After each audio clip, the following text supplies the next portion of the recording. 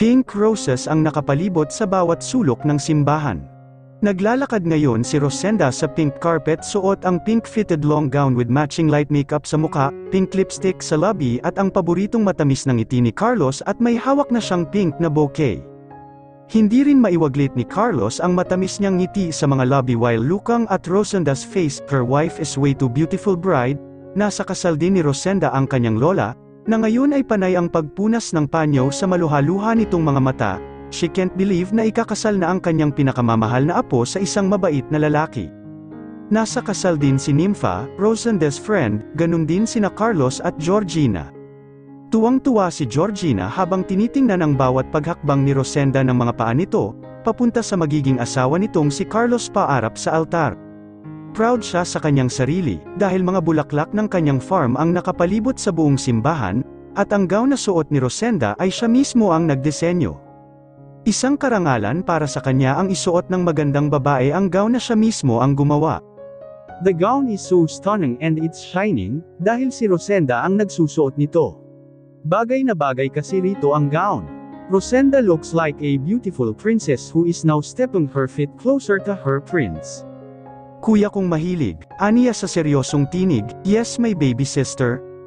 Kapag ikaw ang ikakasal malabo yun, di ba? Pilyang hirit pa niya sa kanyang kuya, isang malusog na curate na naman sa tagiliran ang iginawad ni Carlos para kay Georgina, gaya ng dati ay napapaigtad na lang ang dalaga, at napapangiwi habang alanganing napapangisi. Kaunti lang ang invited sa kasal ng dalawa. Sa part ni Rosenda ay tanging lola niya lang at si Nympha ang naruroon para sa kanya. Habang kay Carlos naman ay si Georgina at Zoren lang. Ampun lang si Carlos at namatay na rin ang kanyang ina. 2 taon mula noong iniwan sila ng kinagiznan niyang ama, sumama kasi ito sa ibang babae. At tanging mga manager and staff lang ng hotel ang kanilang mga guest sa kasal. Kaunti man ang mga tao sa kasal ay hindi na yun mahalaga. Ang mahalaga ay lahat ng mga dumalo ay masaya para sa kanilang dalawa. Sina Carlos at Rosenda ngayon ay nakaharap na sa altar, at nangangako sa harap ng mga taong nakakakilala sa kanila, lalong-lalo na sa harap ng dayos na sa hirap at ginhawa, ay magsasama sila hanggang sa dulo ng walang hanggan. Natapos ang kasal na lahat ay masaya, sinamahan muna ng dalawa ang kanilang mga bisita papuntang venue, bago sila umalis para sa kanilang honeymoon ay kinausap muna ni Carlos ang lola ni Rosenda. Lola, thank you dahil ipinagkatiwala mo po ang apo mo sa akin, nagpapasalamat po ako na may isang gaya niya ang nabubuhay dito sa mundo para maging parte ng buhay ko, sambit ni Carlos habang anden pa rin ang magandang ngiti sa lobby.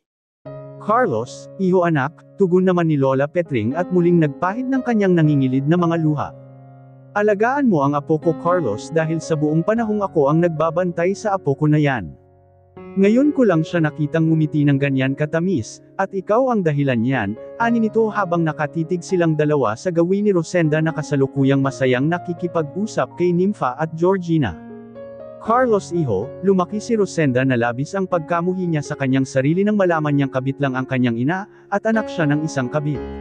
Lubos niyang kinamuhian ang kanyang sariling ama dahil pangalawang pamilya lang sila nito. Tanggap sana ni Rosenda na pangalawa lang sila ng kanyang ina, subalit napalitan yun ng galit ng piliin ni Alvin ang kanyang ina kumpara sa totoong asawa nito. Hindi yun natanggap ni Rosenda, dahil nakita pa niya kung paano sinira ng ama niya ang unang pamilyang ginawa nito para lang sa kanyang ina. Kaya simula sa araw na yun ay nagalit si Rosenda sa kanyang ina. Isinumpa niya na hindi siya maging isang kabit gaya ng kanyang ina na sumisira ng pagsasama ng mag-asawa, at maging dahilan upang makawasak ng isang pamilya. Kaya iho, alagaan mo ang apo ko, huwag mo siyang sasaktan at higit sa lahat ay huwag kang magkaroon ng kabit, huwag kang magkakaroon ng ibang pamilya dahil ikakalugmok lang ito ng apo ko at ikaw din, sambit ni Lola Petring na ikinatikom ng mga lobby ni Carlos. Wala siyang ibang masabi para sa matanda, dahil ang kahilingan nito ay ang hiling na napakalabo niyang matupad. Because the truth is, si Rosenda ay hindi ang kanyang orihinal na asawa, ngunit ang kanyang sariling may bahay. Pagkatapos ng kasal ay hindi na lumayo pa sina Carlos at Rosenda. Nasa villa lang sila sa oras ng kanilang honeymoon. Nakasuot si Rosenda ngayon ng kanyang damit pantulog. A dress that shows her beautiful color and showing her beautiful shoulder. Nakatayo siya sa gilid ng swimming pool at inaalala ang nakaraan. Mga pangyayaring nagdala sa kanya sa sitwasyong mapakasala ng lalaking dati ay kanyang amo, and also, his living enemy. Napangiti siya habang inaalala ang mga pangyayaring yun, hindi niya lubos akalain, that she will be ended up of marrying his boss and his enemy. Sa swimming pool ko pala matatagpuan ang taong mamahalin ako, aniya sa kanyang isipan at tumawa ng bahagya. Dalawang malalapad na palad ang lumapat sa kanyang magkabilang balikat na umagaw sa kanyang pansin. Without look of who is the person who hugged her, ay alam na niya kung sino ito. Alam niyang kamay ng asawa niya ang dumampi sa balat niya. Carlos kissed her shoulder from behind and kissed her neck too. Sabay pulupot ng kanyang mga kamay sa bewang ni Rosenda at isinampi ang kanyang bobo sa balikat ng kanyang asawa. Are you thinking about our first night? Lambing ni Carlos sabay halik sa pisngi ng kanyang asawa. Hinawakan naman ni Rosenda ang dalawang kamay ni Carlos na nakayakap sa kanyang bewang. Iniisip ko na, dahil sa swimming pool ay mayroong ikaw ngayon sa buhay ko, this swimming pool is my lucky charm, aniya at hinalikan ng noo ni Carlos. Thank you for marrying me, salamat dahil pinanagutan mo ako kahit hindi yun nagbunga.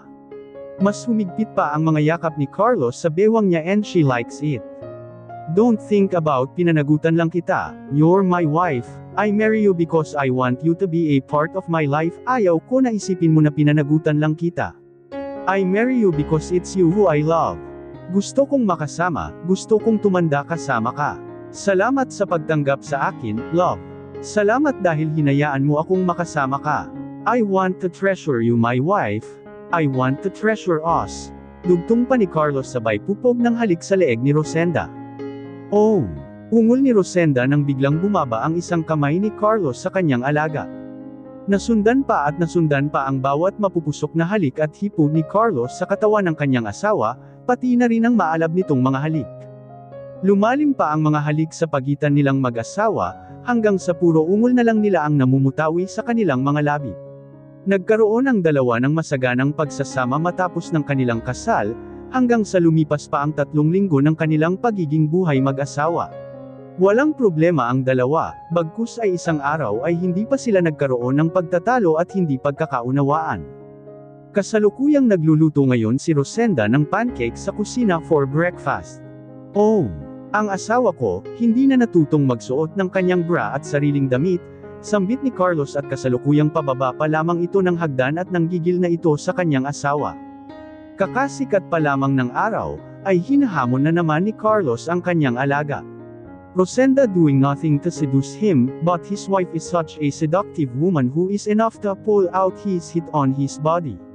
Lumapit siya sa kanyang asawa at binuhat niya ito ng walang pasabi, napatili si Rosenda sabay inihiga siya ni Carlos sa sofa, at pinupog nito ng halik ang kanyang dibdib na nasa loob pa ng kanyang damit. You look so hot wearing my shirt my wife. Nanggigil na sambit ni Carlos sa kanyang asawa, sabay sub-sub ng kanyang mukha sa dibdib nito sabay kagat ng isa nito inside her shirt. I'm leaving today my wife, pupunta ako ng Davao, aniya sa matamlay na tinig. Matamlay rin ang mukha ni Rosenda pati na rin ang kanyang tinig. Hinaplos-haplos niya ang buhok ni Carlos at tinanong ito. Kailan ka ba babalik? Love, don't ask me questions gamit ang tunong ganyan.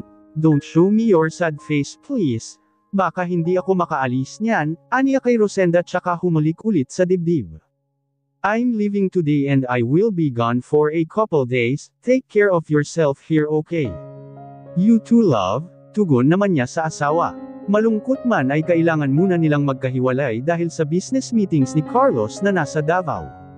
Hindi nagtagal ay nilisan na ni Carlos ang villa at tanging siya na lang ang naiwan sa kanilang pamamahay. Para hindi mabagot ay inaliw ni Rosenda ang kanyang sarili sa kanyang mini flower farm, nagdilig siya at nagtanim ng iba pang mga bulaklak. Isang tinig ang umagaw sa atensyon ni Rosenda. Rosenda! Rosenda! Tumayo si Rosenda mula sa kanyang pagkakaupo, at tingnan kung sino ang kanyang panauhin ng nasa labas. Nympha! Aniya at nabuhayan ang kanyang mukha, kahit papaano ay may makakasama siya kahit panandalian lamang.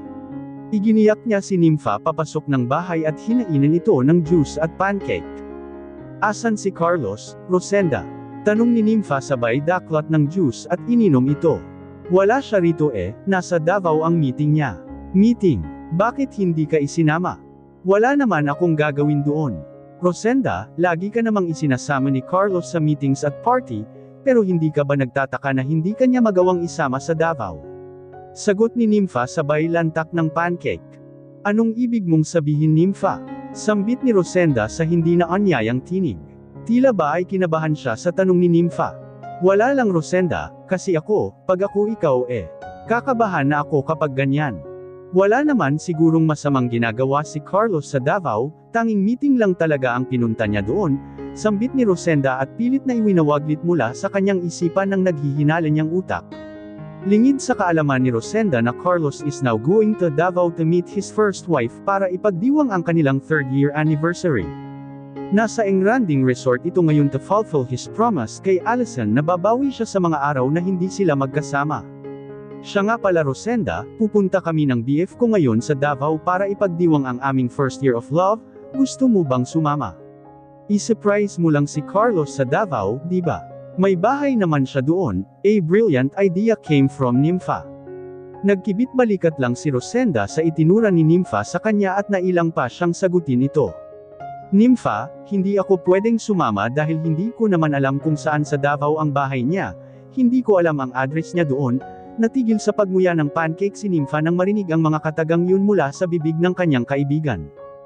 Asawa ka ba talaga? Anong klaseng asawa ka kung hindi mo alam kung saan ang bahay ng asawa mo sa Davao? Hello, kasal ka sa kanya, Rosenda, at asawa ka niya, tapos ganyan ka. Hindi mo alam kung saan sa Davao ang bahay ng asawa mo. Wow, asawa ka ba talaga? Napakamot lang si Rosenda sa kanyang balikat, wala kasi siyang magandang isasagot sa kanyang kaibigan, dahil wala namang kahit anong nababanggit si Carlos sa kanya, tungkol sa pamumuhay at bahay nito sa Davao. Hoy, Rosenda, ano na? Bakit hindi mo alam kung saan sa Davao ang bahay ng asawa mo? Ani ni Nympha na pilit ginigising si Rosenda na may kahinahinala sa asawa nitong si Carlos. Ay Diyos ko naman, Rosenda. Anong klaseng asawa ka kung ganun? Dugtong pa nito. Hindi ko alam kasi hindi naman ako nagtatanong sa kanya wala rin naman siyang binabangit na kahit ano, simpleng sagot niya kay Nympha. Ay kaloka ka, Rosenda. Nakontento ka na lang sa ganoong setup. Na wala kang alam sa Davao life niya. May mga properties din siya sa Davao, Rosenda. Dapat nga isinasama ka niya doon may meeting man o wala. Asawa mo siya, dapat alam mo pati liko ng bituka niya. Hindi ka dapat maging ganyan na parang hindi mo pa lubusang nakikilala ang asawa mo. Huwag ganun, girl, stress na wika pa ni Nympha sa kanyang kaibigan. Wala namang naisagot si Rosenda sa mga pinaputak nito, dahil wala naman siyang mahanap na matinong sagot para rito. Tama naman si Nympha sa ipinaglalaban nito, minsan na ring sumagi sa isip niya na tanungin si Carlos tungkol sa kung anong pinaputok ng bunganga ni Nympha ngayon sa kanya, pero hinihintay lang niya na si Carlos na mismo ang magsabi sa kanya ng kusa tungkol doon.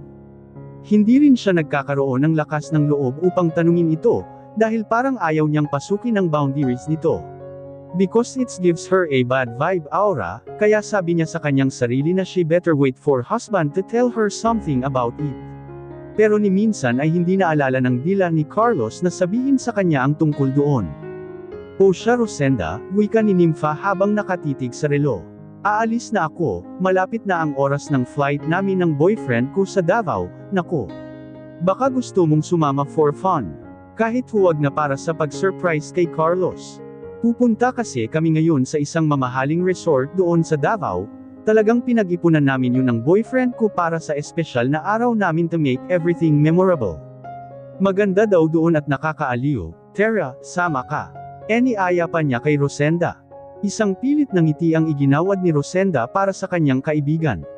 Ngiting peke dahil hanggang ngayon ay iniisip niya ang kung ano ang mga sinabi nito sa kanya.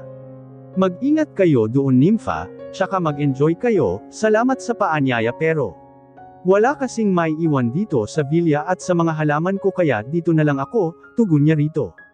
Naku, Rosenda ha, maging mapagmatsyag at mapanuri ka, mahirap na ang maagawan ng boyfriend, asawa pa kaya. Tsaka, kung bahay lang at halaman lang naman ang inaalala mo, naku day. Walang paaiyan. Pag-alis at pagbalik mo may halaman at bahay ka pa rin, sambit ni Nympha tsaka tumayo. Sige na, Maywa na kita, ingat ka rito. Ani nito at inihatid naman siya ni Rosenda palabas ng villa. Salamat sa pancake, masarap siya, di bali, I'll send you pictures na lang kapag nasa Davao na ako. Ipapakita ko sa'yo kung gaano kaganda roon, baka maisipan mo pang sumunod, huling sabi ni Nympha bago sumakay ng taxi. Nang mag-isa na si Rosenda ay hindi maiwaglit sa kanyang isipan ang mga sinabi ni Nympha sa kanya. Hanggang ngayon ay iniisip pa rin niya ang bawat katagang binitawan nito para sa kanya. Napahawak na lang si Rosenda sa kanyang dibdib at huminga ng malalim, kinabahan siya bigla at hindi na mapakali ang kanyang utak sa kakaisip. Subalit iwinaglit na lang niya iyon mula sa kanyang isipan. Ayaw niyang mag-isip ng masama lalo na kung tungkol ito sa kanyang asawa. Hindi, walang ginagawang masama ang asawa ko, mahal niya ako at hindi niya ako lalakuhin dahil masaya kami at okay kami. May tiwala ako sa asawa ko at alam ko na hindi niya ako sasaktan, comfort pa niya sa kanyang sarili kahit na may agam-agam na namumuo sa kanyang puso. Walang saysay ang kung ano man ang kanyang iniisip ngayon, dahil babalik naman agad si Carlos, at alam niya na babalik itong daladala ang kanyang tiwalang binigay rito. Habang sa kabilang banda naman ay palipad na ang eroplano ni Nympha at ang boyfriend nito, habang si Rosenda naman ay bumalik sa pagtatanim ng mga bulaklak. Sa Davao, Allison is now preparing her beautiful undies to impress Carlos na medyo may katagalan ng nanlalamig sa kanya. Naisip niyang baka masyado na siyang naaaliw kay Urbano, kaya siguro nawawala na ng gana sa kanya si Carlos, baka nagkukulang na siya na mabigyan ito ng mainit na atensyon at baka siya na pala ang nanlalamig at hindi ito.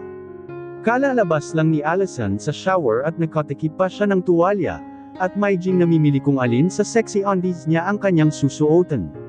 She wants to wear a very sexy and seductive inner outfit na hinding-hindi tatanggihan ng kanyang asawa. And she comes up to choose her butterfly T-back underwear at ang kap-ares nitong bra. Umupo siya sa silya while waiting her husband to come out mula sa loob ng shower, and finally, lumabas na rin si Carlos mula sa shower at basang-basa pa ang buhok nito. Nakatikip rin ng tuwalya ang pang-ibaba nito at tinutuyo nito ang sarili nitong buhok. Carlos sat on the bed habang nakaharap naman si Allison sa kanya. Sinubukang kunin ni Allison husband's attention. She is now sliding one foot from Carlos' foot up to his legs. Hanggang sa alaga nito, she rubbed her feet on his thing, trying her best to wake up his anaconda at make it hard, habang tinatitigan niya ito ng malagkit at mapanghamon na mga titig. Tiningnan naman siya ni Carlos at hinaplos-haplos ni Carlos ang binti ng kanyang asawa. Kagat-labing napangiti naman si Allison dahil maagap na tugon ng kanyang asawa para sa kanya. I know, he can't resist my beauty, aniya sa kanyang isipan. Allison slowly wears her butterfly tee back in front of Carlos while dancing slowly. She shows her very silky skin in front of her husband's eyes. Nice. Puri pa ni Carlos sa kanyang asawa. I know, sweetheart. Malamyos pa nitong tugon na parang naiinitan. Sa gitna ng kanyang pang-aakit sa kanyang asawa, ay bigla na lang itong tumayo mula sa kinauupuan nito, at naghanap ng damit na parang wala lang rito ang kung anumang pang-aakit ni Allison sa kanya. He praised her beauty but he completely ignored her after. Bagsak balikat at irap ng mga mata ang biglaang reaksyon ni Allison dahil sa ginawa ni Carlos. She is so disappointed to herself at parang nainsulto pa siya sa ginawa nitong pagtalikod. She is also disappointed sa ikinilos ng kanyang asawa. She's trying her best to please him but he just ignored her na parang wala siyang silbi. Napasabunot siya ng kanyang buhok at pabagsak itong iwinaksi. Pabagsak rin siyang umupo sa kama sabay sipa ng silya dahilan upang umosog ito at matamba at lumikha ng ingay. Napalingon naman si Carlos sa gawin ng kanyang asawa at nagtataka siya kung bakit parang katabi na nito ang MP Erno dahil nag-aapoy na ito sa galit. Siya, ano ba Carlos? Ano ba ito sweetheart? Bakit mo ginawa sa akin ito? Tandang padamdam. You ignored me na parang hindi mo nakikita ang effort ko sa iyo. Ano ba ang totoo, sweetheart? Asawa mo pa ba ako? Asawa pa ba ang tingin mo sa akin, ha? Bakit parang nanlalamig ka na sa akin? Ikaw itong madalas na wala at ako na nga itong gumagawa na ng paraan para sa iyo at ako pa ang papakitaan mo ng ganito. Carlos, ano ba? Nakakapagod ka na. Sambit ni Allison, medyo namumulang mga mata at anumang oras ay may babagsak ng mga luha mula sa mga mata nito. Even she played with other man, she still think herself as his beloved wife. May iba man siyang lalaki ay nasasaktan pa rin siya na parang binabaliwa lang siya ng kanyang asawa. Ang tungkol sa kanila ni Urbano ay tungkol sa ungol at sarap lang, pero ang tungkol sa kanila ni Carlos ay ibang usapan. It's their relationship and their marriage. May iba na ba? May iba ka na ba? May nagpapainit na ba sa'yo? Bakit parang wala lang ako para sa'yo? Ano na? May asawa ka pa ba? May iba ka ba? Sabihin mo, ano ba ang tingin mo sa akin? Asawa pa rin ba, o anino na lang? Carlos, ano na ba ako sa'yo? Bakit hindi na kita maramdaman sa kahit anong pilit ko? Aniya at nag-uumpisa ng gumagaralgal ang kanyang tinig. She felt so much pain sa loob ng kanyang puso. Kahit naman na may Urbano sa buhay niya ay mahal pa rin naman niya si Carlos, at nasasaktan siya sa pagsasama nila na unti-unti na itong nanlalamig sa kanya na parang matigas na yelo. Tuluyan nang bumagsak ang mga luha ni Allison mula sa kanyang mga mata at tumalikod siya kay Carlos at humikbi ng humikbi. Bumantong hininga si Carlos at nakonsensya ang kanyang damdamin para sa kanyang asawa. He felt sorry for his wife, dahil sa kanya ay nararamdaman nito ang ganoong emotion. Nilapitan niya ito at niyakap mula sa likuran. Wala akong iba, ikaw lang. Ikaw pa rin, ikaw lang ang asawa ko. Pasensya ka na kung ganito ako, babawi ako sa'yo, pangako ko iyan. Aniya kay Allison at pilit itong nilalambing. Humarap si Allison kay Carlos at pinahid naman ni Carlos ang mga luha ng kanyang asawa. I'm sorry, sincero niyang sabi rito. Sabi mo babawi ka sa akin. Yes I will, what do you want? At ibibigay ko iyon sa iyo. Kiss me, sagot ni Allison at agad na sinakop ni Carlos ang lobby ng kanyang asawa, sabay pang nahulog ang bawat takip ng kanilang mga katawan. Mapusok at mainit ang bawat halik sa dalawang pagitan. Allison is hot like a fire gaya pa rin ng dati, ang mga halik nito ay laging parang nauuhaw na parang isang halaman na gustong-gustong madiligan. I love you sweetheart, sambit ni Allison habang hinahalikan ng lobby ng asawa. Mahal din kita love, biglang natigil ang paghahalik ni Allison sa kanyang asawa, at dikit kilay itong nakatitig ng matalim kay Carlos at itinulak niya ito ng malakas sa dibdib. Ano? Love? Love ba? Ha? May iba ka? May iba ka Carlos? Sinong love? Ha? Sino? May iba ka? Sino? Sino? Carlos sino? Ani nito na puno ng galit at pagkasuklam na mga titig. Sweetheart, that's not what it is. Hindi mo kasi ako pinatapos muna eh. Sabi ko, I love you too and let's make a baby, tugon ni Carlos at pilit pinapaniwala si Allison sa kanyang kasinungalingan. Taas-baba siyang tinitigan ni Allison, sinusuri nito kung totoo nga ba ang sinasabi ni Carlos sa kanya. Pero hindi na makapagsuri ng maayos si Allison nang biglang hinatak ni Carlos ang kanyang bewang, mapusok na sinalakay ang kanyang mga labi gamit ang mainit na mga halik. Carlos wants to hide his lies by his kiss. At pilit niyang hinalikan si Allison at isipin na si Allison talaga ang kanyang hinahalikan. Binura na muna niya ang babaeng tinitibok ng kanyang puso at tanging laman ng kanyang isipan at walang iba kundi ang inosente at walang kaalam-alam na si Rosenda. Nagkaroon ng mainit sa salo-salo sa katawan ng mag-asawa. He fight Allison the way she wants to be. He tied her both legs and both hands sa kama at hinalikan si Allison kahit saan. Habang sa kabilang banda naman ay kalalapag pa lamang ng eroplano ni Nympha at ng boyfriend nito sa Davao. Nympha and her boyfriend ay pumunta sa mamahaling resort. Paggabi na bago sila nakarating sa resort, nag-check-in ang dalawa sa isang mamahaling hotel na malapit lang din sa resort. Malamig ang simoy ng hangin at namamangha si Nympha sa ganda ng Davao. Agad niyang binuksan ang kurtina na nakagawi sa beranda at nilanghap ang masarap na simoy ng hangin doon, ang gandaan ng Davao. Masayang sambit niya at tumakbo palapit sa kanyang boyfriend at niyakap ito. Salamat babe, gusto ko rito, ang sweet mo talaga, aniya sa kanyang boyfriend at niyakap siya nito ng mahigpit. Nagustuhan mo ba? Wait lang babe, mas masarap kung may dinner tayo sa veranda. Wait lang, order muna tayo ng pagkain, ani nito sabay inilayo muna si Nympha mula sa kanya, at tumawag sa front desk upang mag-order ng pagkain. Muling pumunta si Nympha sa veranda at nilanghap muli ang malamig na simoy ng hangin, may paigtad-igtad pa siya ng kanyang likod sa beranda nang biglang may nahagip ang kanyang mga mata ng isang lalaking kilalang kilala niya, kasalukuyan itong may kayakap na ibang babae sa veranda, at isang veranda lang ang agwat nila sa isa't isa. Ha, totoo ba itong nakikita ko, Sir Carlos? Bulalas niya, she can't be wrong, She knows it was him, it was her boss and it was her friend's husband.